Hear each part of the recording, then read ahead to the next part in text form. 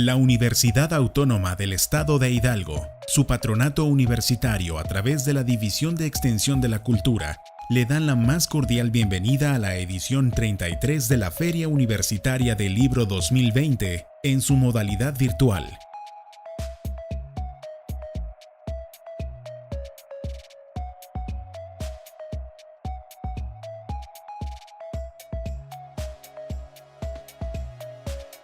Bueno, mis queridos compañeros participantes en la 33ª Feria Universitaria del Libro de la Universidad Autónoma del Estado de Hidalgo.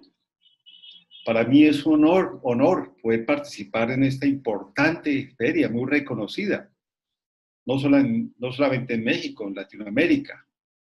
Y por supuesto agradezco al señor rector, el maestro Adolfo Pontigo Loyola, al presidente de la feria, licenciado Marco Antonio Alfaro Morales, a nuestro representante de Coediciones en México, Rodrigo Espinosa, por esta excelente oportunidad de compartir con ustedes una temática que encaja perfectamente dentro de la temática central de esta feria, que es la inteligencia artificial.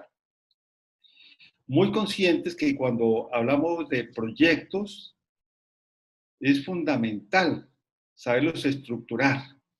Por esa razón, voy a hacer referencia al proyecto como un instrumento para gestionar recursos, tomando en cuenta que hoy en día el componente tecnológico, las TIC, la inteligencia artificial, el manejo de los ordenadores, etcétera, es muy importante en la concepción de proyectos de alto impacto, especialmente en el mundo universitario, en el cual indudablemente, dado que nuestra población es la población que ha tenido el privilegio de llegar a los más altos niveles de formación en educación, se espera de ella también la ideación, estructuración y gestión de proyectos que generen transformaciones sociales significativas. Esto significa que generen crecimiento no solamente económico, sino también social y, por supuesto, en armonía con el medio ambiente. Por esa razón, vamos a hablar en esta oportunidad de la estructuración de los proyectos.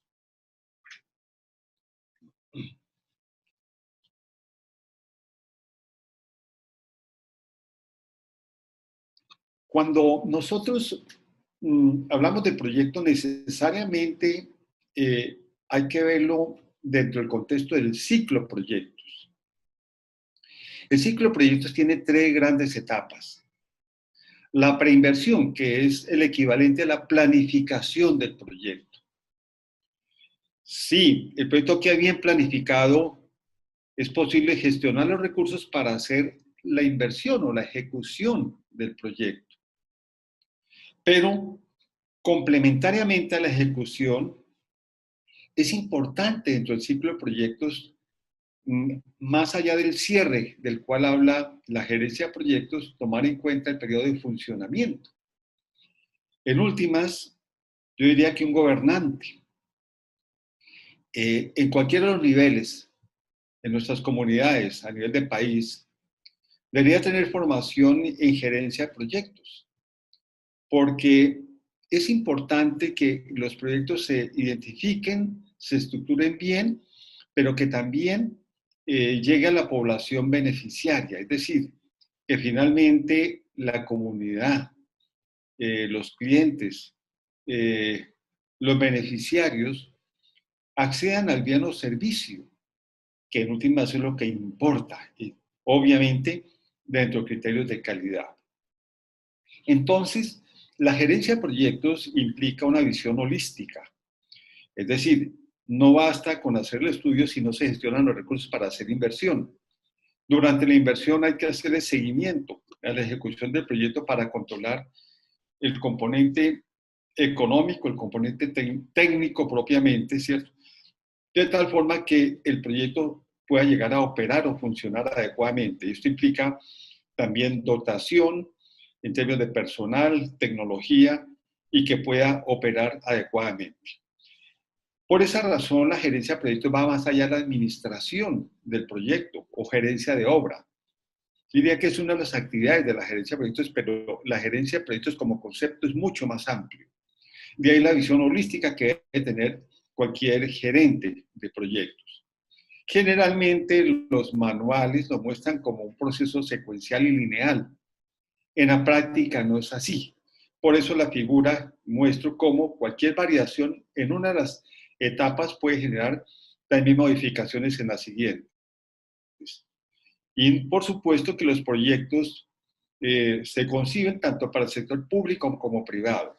En los países latinoamericanos, el componente de inversión en lo público es muy significativo. También hay experiencias que la falta de formación en este campo de gerencia de proyectos ha provocado muchos problemas de sobrecostos, demoras y en cierta medida ineficacia a la hora de que no llegan de manera oportuna a la población objetivo. También debo resaltar la importancia hoy en día de conseguir los proyectos de manera integral, interdisciplinaria. Afortunadamente ya hay también aportes internacionales como el PMI, su publicación Pink Book, en la cual hay una serie de consolidación de las mejores prácticas en gerencia de proyectos con herramientas que pueden ser útiles en cualquier tipo de proyecto, independientemente que sea público o privado o a cualquier nivel.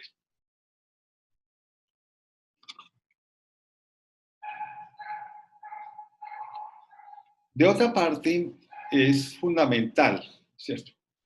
Tener claro que cuando hablamos de proyectos y la gerencia integral de proyectos, pues implica tomar decisiones.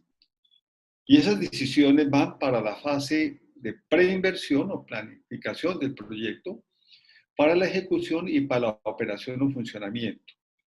Es fundamental que en los procesos de formación universitaria, en cualquiera de las disciplinas, óigase bien, de formación, también preparemos a nuestros estudiantes en todo lo que es el proceso de identificación, estructuración y gestión de recursos.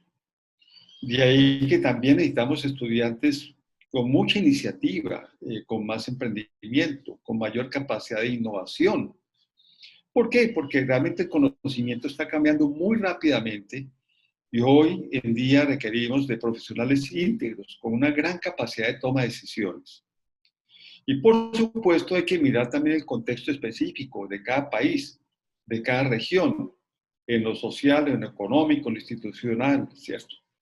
Y fundamental mencionar que es clave hoy por hoy también prepararnos no solamente para la gestión de proyectos en el sector público, sino también en el sector privado.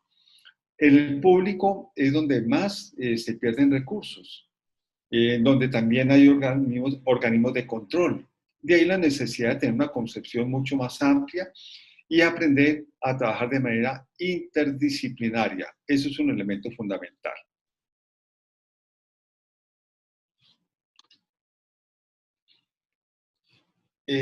Dentro de los aspectos fundamentales también a tomar en cuenta hoy en día es lo que denominamos el referente de los Objetivos de Desarrollo Sostenible. Digamos, son los objetivos definidos por Naciones Unidas, alrededor de 197 países, que acordaron una agenda común. Entonces, una pregunta que uno se debe hacer cuando estructura un proyecto es, bueno, ¿y mi proyecto con cuáles objetivos, con cuál o cuáles objetivos de desarrollo sostenible se relaciona? Y vamos a encontrar que los objetivos de desarrollo sostenible son un excelente referente.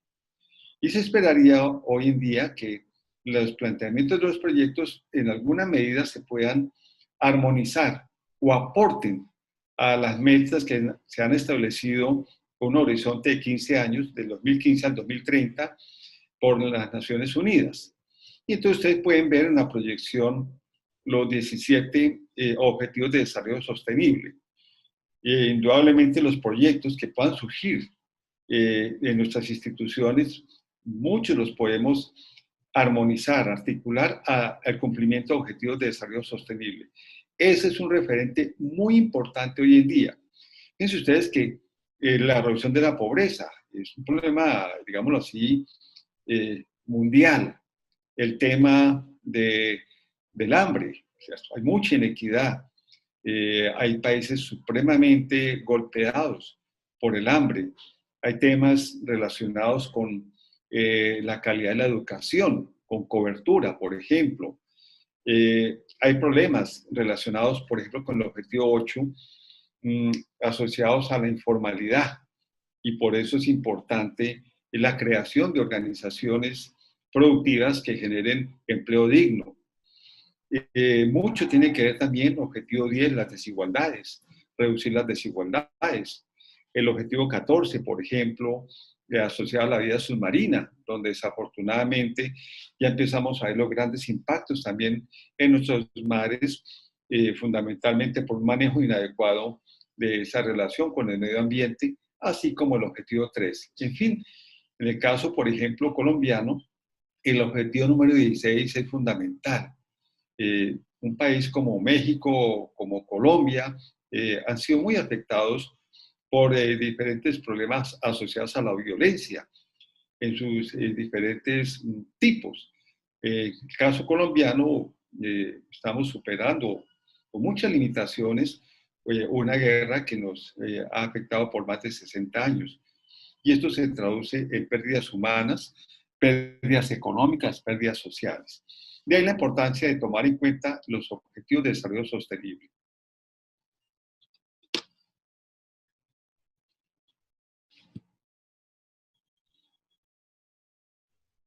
Desde otra perspectiva, ya en el contexto nacional y también regional, es importante que los proyectos se circunscriban en programas, así como los programas se circunscriben en planes. Entonces, una recomendación es que cuando uno estructura un proyecto, se pregunte cómo este proyecto, así como con los ODS, Objetivos de Desarrollo Sostenible, podemos encontrar relaciones, es este proyecto que yo estoy planteando, estoy estructurando, cómo encaja o cómo aporta al Plan de Desarrollo Nacional, ¿cierto? O al Plan de Desarrollo de una región específica.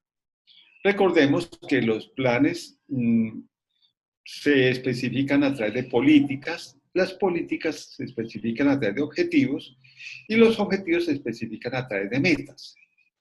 Pero los planes y políticas se operacionalizan a través de programas. Entonces, ¿el programa qué es? Es un poco la desagregación. En nuestro país, por ejemplo, se trabaja mucho más por sectores. Sector vivienda, sector energía, sector educación, etc. Y entonces el plan de desarrollo se desagrega en programas y a su vez los programas se pueden desarrollar a través de proyectos. Es decir, que los programas se especifican a través de proyectos.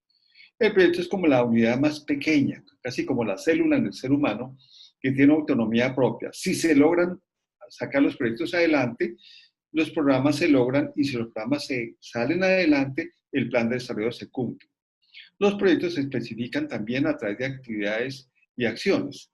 Es ahí donde la obra de mi autoría, que ya, gracias a Dios, en esta oportunidad llega a una 10ª edición, ha sido muy útil para estudiantes de pregrado, estudiantes de posgrado, empresarios, líderes comunitarios. La obra se llama Formulación y Evaluación de Proyectos Enfoque para Emprendedores, que, como digo, llegó a la 10ª edición y afortunadamente en el contexto latinoamericano ha sido una herramienta muy útil para poder estructurar con éxito los proyectos.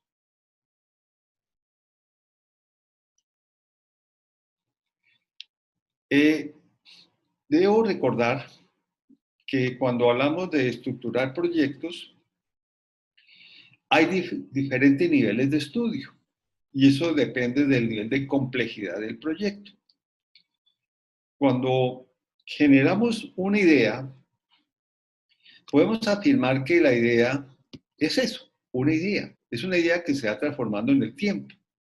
Así como quien va desarrollando la idea también se va cualificando y su forma de pensar también se va cambiando, va teniendo saltos cualitativos. Cuando yo tengo la idea, podemos señalar que hay un cierto 100% de incertidumbre y los estudios se hacen para eso, es para, así como en la curva que están observando, ir disminuyendo el nivel de incertidumbre, de tal forma que se puedan tomar decisiones con el menor nivel de incertidumbre. Nunca va a ser cero. Siempre en un proyecto va a haber algún nivel de incertidumbre, pero el propósito de los estudios es reducir al máximo ese nivel de incertidumbre. Para proyectos de alta complejidad, voy a decir, para ilustrar, la construcción de un metro en una ciudad, la construcción de un distrito de riego, una hidroeléctrica. En ese tipo de proyectos de alta complejidad, de mucha inversión y de, digamos, de mucha interdisciplinariedad, se requiere cada una de las etapas que están señaladas en la proyección. Y se requieren estudios básicos, ¿cierto? Es importantísimo los estudios básicos. Estudios generalmente financiados por el gobierno, por el Estado, que aportan información útil para cualquier inversionista. Por ejemplo, un estudio de suelos que se haga a nivel nacional.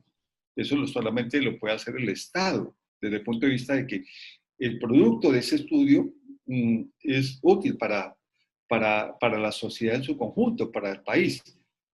A un inversionista privado quizás no podría ser por la magnitud de la inversión, pero estudios básicos se requieren, ¿cierto? Cuando yo tengo estudios básicos, en el caso de un metro, por ejemplo, estudios de suelos, todo lo de la parte de geotecnia, estudios de catastro, es muy importante. Entonces, el siguiente nivel es la prefactibilidad. Prefactibilidad. Esto de la prefactibilidad tiene una característica. Hay una investigación preliminar de mercados, hay una investigación técnica, hay un análisis organizativo, hay un análisis financiero y hay una evaluación. La característica es que aquí se trabaja fundamentalmente con información secundaria. Si el proyecto se hace para una hidroeléctrica, por ejemplo, se hace el estudio de prefactibilidad y resulta que dio razonable, dio atractivo, se entra a profundizar con la factibilidad. La factibilidad en general tiene casi que los mismos componentes, con la particularidad que ya el trabajo de campo aquí es mayor, es decir, hay más información primaria. Se consulta información secundaria, pero hay mucho trabajo directo de campo. ¿Para qué? Para seguir bajando el nivel de incertidumbre. Ya en unos minutos explicaré la estructura de un estudio de factibilidad. Y si el proyecto resulta factible, entonces se entra a la siguiente etapa, que es la ingeniería del proyecto. Sobre todo en estos proyectos complejos, que es escoger la parte técnica de la factibilidad y llevarla a un nivel de detalle, ¿cierto? De tal forma que ahí salen ya los planos, cuantificación de obras, etcétera, todo lo que es análisis de ingeniería, y esa información es muy útil para hacer, digamos, las convocatorias a licitaciones, donde ya se hacen convocatorias y las empresas que están interesadas en llevar a cabo la ejecución de obras de ingeniería consultan esa información en detalle de ingeniería para poder cuantificar y hacer los programas y su propuesta técnica y económica para las obras de ingeniería. Pero si un chico universitario dice, no, mire, yo he notado una megatendencia en el mundo y es que, bueno, no solamente en el mundo, en México, en Colombia, vemos que los tamaños de la familia cada vez son más pequeños, pero se ha incorporado como otro miembro de la familia las mascotas. Y profe, yo tengo el interés de estudiar si el proyecto es atractivo o no, si es factible o no es factible. En ese proyecto, tipo de proyecto, por ejemplo, es que el nivel de complejidad es menor que el de la hidroeléctrica, el del metro, el distrito de riego, etcétera. Y entonces podemos decir que aquí se puede hacer una factibilidad y sería más que suficiente para poder tomar la decisión sobre la conveniencia o no de invertir en ese proyecto. Entonces, es un proyecto, por supuesto, de menor complejidad, más al alcance de nosotros, pero en el cual la información que se obtenga sería muy útil para tomar nuestra decisión. Entonces, ahí vemos diferentes etapas que es muy importante cuando uno hace un proyecto. Esto se llama la preinversión. Continuemos. Vamos a ver.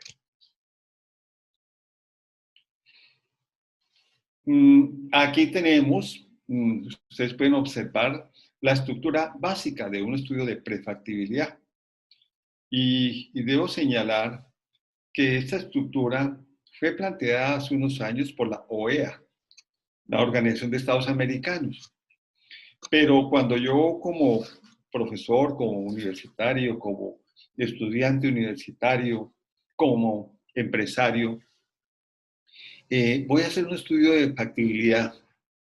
Es bueno preguntarnos en qué institución se va a presentar. Y eso es una herramienta muy poderosa. ¿En qué institución? Y uno va a la institución y pregunta, mire, yo quiero hacer un estudio sobre esto.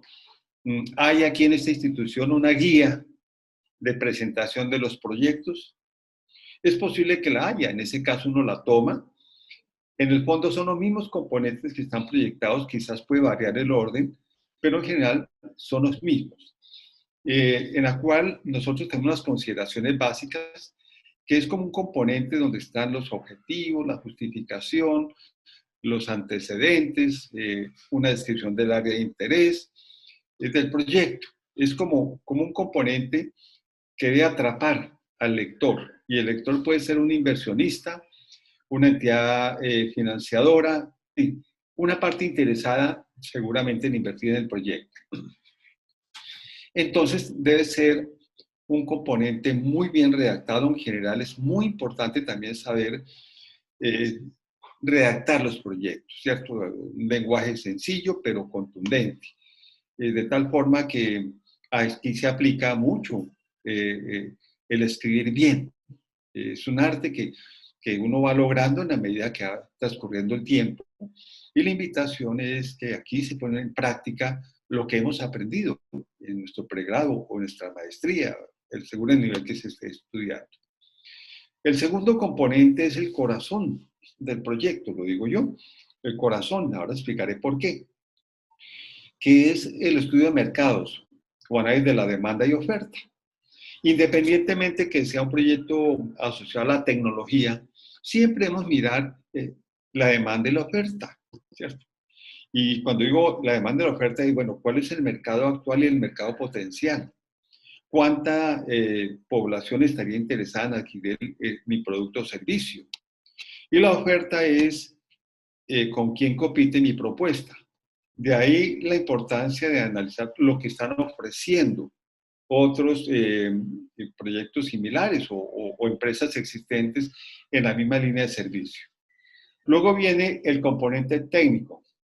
El componente técnico implica ya integrar gente de ingeniería, o según, puede ser arquitectos, puede ser el ingeniero civil, el ingeniero industrial, el agrónomo, gente que conoce la parte técnica del proyecto. Y por lo técnico se habla de la localización, en dónde se va a ubicar el proyecto, el tamaño, la capacidad instalada, ¿cierto? Y la ingeniería específica del proyecto, ¿sí? Entonces, aquí la interdisciplinaridad juega un papel fundamental. Hay otro elemento clave cuando hacemos un estudio de pre o factibilidad, que es el componente legal y organizativo. En lo legal es qué tipo de empresa se va a constituir desde el punto de vista jurídico. Y administrativo, organizativo, cuál es la estructura organizativa con la cual va a operar el proyecto. Y eso es fundamental porque va a afectar la estructura de costos y gastos del proyecto, ¿de acuerdo? De igual manera tenemos aquí el componente de inversiones y financiamiento. Es aprender a cuantificar las inversiones.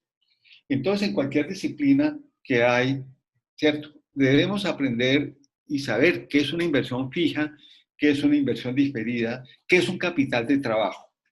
Por supuesto, esto lo encuentran ustedes en el libro de proyectos. Hoy, afortunadamente, en el campo de proyectos también, yo he visto publicaciones mexicanas muy buenas, ¿cierto? Y aquí lo que yo he hecho también con mi obra es básicamente de una manera muy sencilla, que un médico, un sociólogo, un contador, un ingeniero, ¿cierto? Un agrónomo, puede coger los conceptos que están en el texto y poderlos aplicar a su proyecto. Y por supuesto, no basta con cuantificar qué tipo de inversiones y cuál es la inversión total, sino también cuáles son las fuentes de financiamiento. Y está también la proyección. En un proyecto también se hace una proyección a algo que se llama el horizonte del proyecto, que es como la vida útil del proyecto, ¿cierto? En el cual vamos a proyectar unos ingresos y unos costos y gastos asociados a la operación que nos permiten en un momento determinado poder evaluar el proyecto, calcular los que llamamos indicadores integrales de evaluación y poder determinar si financieramente es atractivo y si desde el punto de vista social el proyecto tiene un impacto, digámoslo, significativo en la sociedad.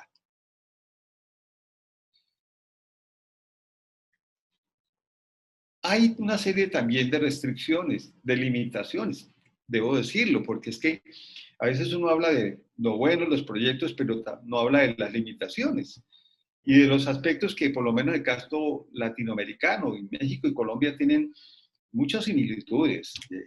Yo me llené de mucha alegría cuando me dijeron, mire, es que en Latinoamérica los más parecidos a los colombianos son los mexicanos y lo mismo los mexicanos son los colombianos. Tenemos muchas cosas en común y por esa razón estoy aquí acompañando esta importantísima feria. Y es que se falla mucho en nuestros contextos en estudios mal elaborados, desconocimiento de metodología, de guías, de herramientas útiles. También está la idiosincrasia y la desconfianza, que eso es muy dado en nuestro medio, ¿cierto? La desconfianza, cuando uno va a obtener información, va a preguntar. Eso es parte de la cultura. Y quien estructura un proyecto debe ser consciente de ello. Y por supuesto debemos prepararnos para manejar esa realidad. También hay dificultad para acceder al crédito, ¿sí? Y no sé cómo es en México, pero en el caso colombiano, aquí le prestan a que realmente no necesita, pero el que necesita tiene que llenar muchas cosas en blanco y pues asumir además todo el riesgo. Encontramos según las poblaciones, la ubicación geográfica, entre más distante, mucha déficit en infraestructura básica. Y eso hace que nuestras pequeñas poblaciones muchas veces tengan bajos niveles de competitividad. Eso es una realidad, ¿cierto? Y otro elemento que también nos afecta es información desactualizada. Digámoslo, lastimosamente no tenemos bases de datos actualizadas en los diferentes sectores de la economía que podamos apropiar de manera adecuada para nuestro proyecto. Hay mucha información, pero por lo general es muy desactualizada. Además, hay otros componentes que vamos a ver de manera inmediata. Dentro de otras limitaciones, limitado apoyo institucional, ¿sí? La carencia de recursos de quienes proponen su proyecto, quienes hacer una iniciativa, una baja capacidad de negociación, de la importancia también de tener competencias en negociación y manejo de conflictos, que eso es muy importante. Toda la vida vamos a estar negociando y solucionando conflictos. Entonces, debe uno desarrollar competencias eso en nuestras profesiones. La carencia de una tecnología apropiada. Encontramos mucha información inconsistente, ya lo mencioné, bajo nivel de competitividad, pero hoy por hoy, y más con este coronavirus que ha afectado al mundo, quedó en evidencia, afloró la inequidad que hay en nuestros países, ¿eh? Y una baja capacidad adquisitiva, que eso lleva a que la gente no tenga capacidad de compra. Y por supuesto, según el entorno, podemos encontrar otras situaciones que afectan el proceso de estructuración de proyectos. De ahí la necesidad de tener una herramienta en la cual uno pueda consultar, ¿cierto? Para todos, mis queridos participantes, una recomendación es, independientemente que exista Internet y el acceso a tanta información a través de la red, la creación de una biblioteca particular es muy importante. El libro, eso es fundamental, tener su biblioteca clasificadita, porque es como la herramienta también de todo profesional. Aquí les voy a explicar por qué el estudio de mercados es el corazón de un proyecto. Haga cuenta que cuando ustedes juegan bolos, me imagino que la mayoría ha visto o ha jugado bolos, ¿cierto? Donde uno tiene unas balotas y hay una bola que uno lanza. Digamos, hay un autor que se llama Bill Hewlett. Bill Hewlett es, hoy en día, digámoslo, es el director de Centro de Emprendimiento e Innovación del MIT. Y tiene una obra bonita, se llama La disciplina de emprender. 24 pasos para hacer una startup exitosa. Recordemos que una startup es como resultados del trabajo de proyectos de investigación que se convierten en emprendimientos innovadores de alto impacto. Por eso es la importancia de los semilleros y grupos de investigación. Hacer parte de ellos es muy importante. Ahí está la proyección, digámoslo, de las balotas, ¿cierto? Cuando el autor dice, antes de desarrollar su idea, pregúntese cuáles son los segmentos de interés para su proyecto. Dice, por lo menos identifique 10. Yo pienso que con que identifiquemos 5 o 6 en nuestro caso sería más que suficiente. Segmentos de población. ¿Qué son segmentos? Grupos de población con comportamientos similares que son atractivos por su volumen, capacidad de compra, etcétera, por sus intereses para nuestro proyecto. Y entonces el ejercicio es identifiquen unos 10, unos 5, 6 segmentos de población. Cuando ustedes tiran la bola pesada, grande, a tumbar esos boliches, yo le hago la pregunta a ustedes, ¿cuál quieren tumbar? 10 segundos para que lo piensen. ¿Cuál quieren tumbar? Qué bien. Entonces estamos coincidiendo. Seguramente queremos tumbar la primera balota, ¿cierto? ¿Por qué? Porque si yo le pego bien central, me genera una fuerza vectorial en ese sentido, en este, y la idea es tumbarlas a todas. Pues bien, ese es un elemento fundamental que quiero dejarles hoy en esta importante teoría. Uno no puede, cuando tiene una idea de un producto o un servicio, pegarle a todo mundo. No, usted tiene que descubrir cuál es su mercado inicial.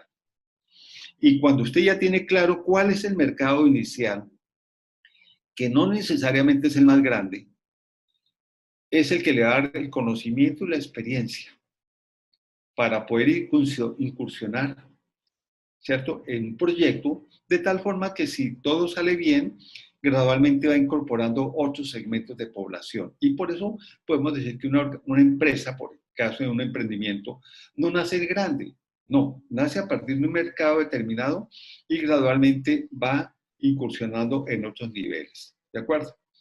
Entonces es muy importante eso del mercado inicial como punto de partida.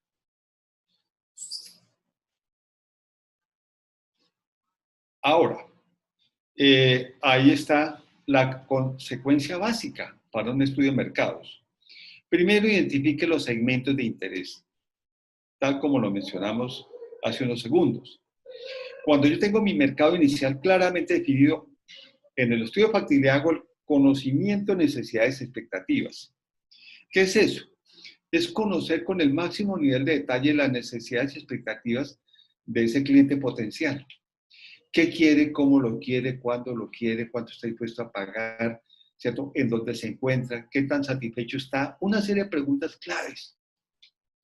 Si yo a través de mi trabajo de campo obtengo esa información, por ejemplo, para el caso del proyecto de mascotas, y entonces algún chico inquieto dice, no, yo veo que donde yo vivo es una ciudad, una población con tantos habitantes y la mayoría tienen mascota.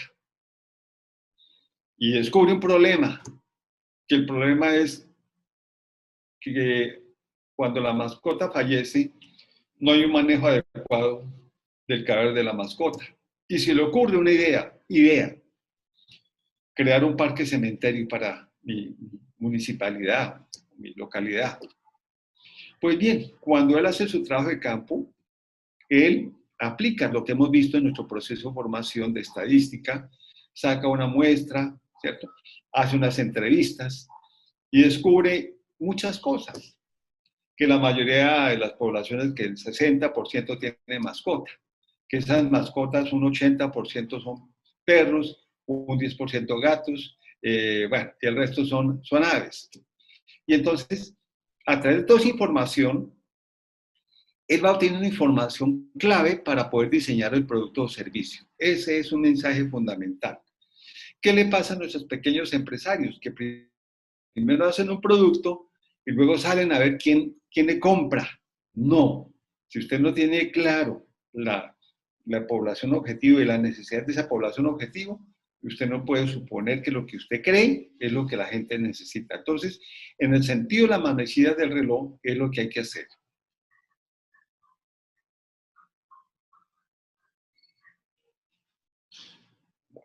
Entonces, dicho esto, vamos avanzando para poder aprovechar el tiempo que nos queda y decirles que hay diferentes tipos de estudios.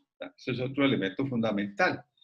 Uno, en Colombia, por ejemplo, están las metodologías BIPIN, que llama Banco de Proyectos de Inversión Nacional. En México seguramente habrá algo similar, que son metodologías diseñadas por el Organismo de Planeación Nacional, donde hay unas herramientas que una persona puede elaborar un proyecto a nivel de perfil para los municipios o localidades que requieren financiación con recursos del Estado. Y es de carácter obligatorio. Aquí se conoce como la metodología general ajustada. Eso a nivel de perfil, pero el estudio de factibilidad tiene mucho más nivel de detalle, más trabajo de campo, y esto es fundamental. Y se complementa con el plan de negocio. Aquí debo aclarar algo porque en Colombia hay una gran confusión. La gente dejó de hacer estudios de factibilidad y pasar de la idea al plan de negocio. El plan de negocios son formatos que según la institución que convoca se diligencian, pero al pasar de la idea al plan de negocio directamente han hecho también una mortalidad muy grande porque muchos fracasan porque el plan de negocio no alcanza a consolidar información de la calidad requerida. Entonces es mejor hacer el estudio de factibilidad y con el estudio de factibilidad de ahí saca el 99% de la información para hacer un plan de negocio en cualquier formato. Y yo lo digo porque por experiencia el libro que estoy mencionando, Formulación y Evaluación de Proyectos, Enfoque para Emprendedores, ha permitido ganar planes de negocio haciendo primero el estudio de factibilidad. Y ha sido muy interesante ver cómo se pueden financiar los proyectos. Entonces, vamos a aprovechar los últimos 5 minutos que me quedan, ya me están anunciando, entonces vamos a acelerar.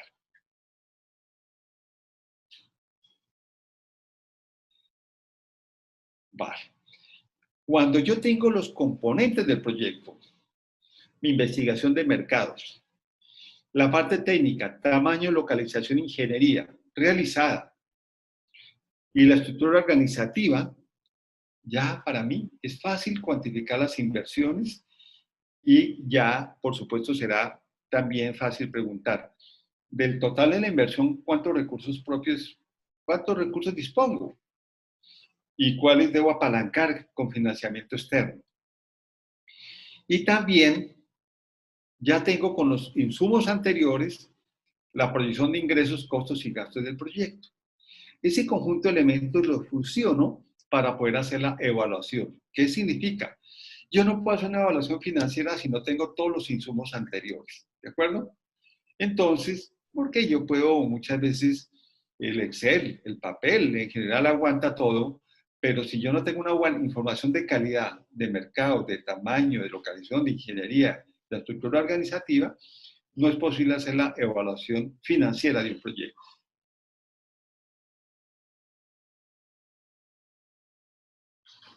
Entonces, quiero resumir lo siguiente.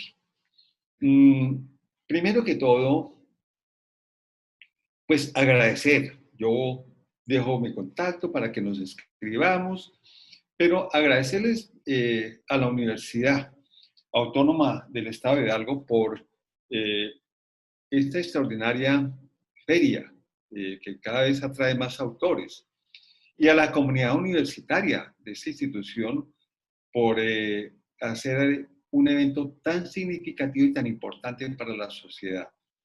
Para nosotros como autores también es muy enriquecedor poder compartir con ustedes. sencillamente cierro diciendo lo siguiente.